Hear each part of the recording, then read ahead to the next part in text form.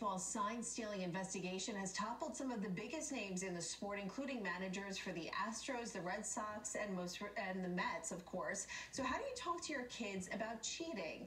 Joining us this morning is Dan Venezia, former professional baseball player, youth sports coach, and the author of the children's book, Coach Dan on Sportsmanship. Welcome. Thank you so much for having me. Well, thank you for being here because your book is fantastic. Before we talk about the cheating and sportsmanship in general, what was your reaction when you heard what the Astros had been doing according to the Major League Baseball? Well, as a former player, this has been going on for forever. And I think most people allow that old-fashioned sign stealing. Like if a player is on second base and they decipher or decode the signs, that's acceptable. And I think maybe we need to talk about the ethics of the game, because when it comes to children, that you can't decipher between the two. You can't have legal cheating and then illegal cheating. But everyone's in agreement that using the video is a bad idea. Yeah, because the Astros, according to the MLB, were using a center field camera to steal signs. They had a whole hitting the garbage can to alert the hitter and everything.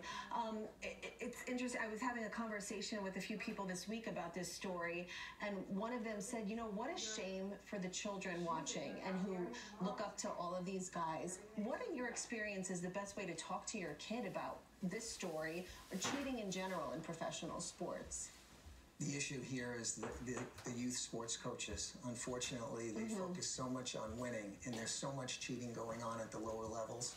The commissioner has an opportunity here to really clean up the game at the higher level so it trickles down, because every kid who steps foot on a Little League field has dreams of one day playing in the major leagues. Of course. And there was zero discipline on the players for this. They fired the general manager, they fired the manager, but the players got off. And I think that's the wrong message. They said there were several reasons for that. They said they were granted immunity in the investigation and a few other things. What would your advice be? Because it's hard for a lot of kids to be that one kid who stands up and says this is wrong. What would your advice be to parents? How do you teach your children to stand up and say this is wrong when everyone else is doing it? What do you suggest? John Wooden, the great UCLA basketball coach, said the true character of a man or woman is what they do when no one's watching. So character, integrity, and sportsmanship, key in sports. But as good parents, teach their children that you don't lie, you don't steal, and you don't cheat. There's no gray area there. And this entire Houston Astro team, in the report, it said that most players were involved. And they said they would stop if the manager told them to. So they pushed the blame onto the manager. And again, Major League Baseball, I think, needs to step in and do a better job. Yeah, what more do you think that they need to be doing? Well, I think certainly consequences for the players. I mean, Pete Rose is banned from baseball because he went against the rules. Carlos Beltran was the only player in this that was named. Yeah. Right. But if you look at the statistics, 2017 World Series, the difference between the home games versus the away games, Jose Altuve wins the MVP.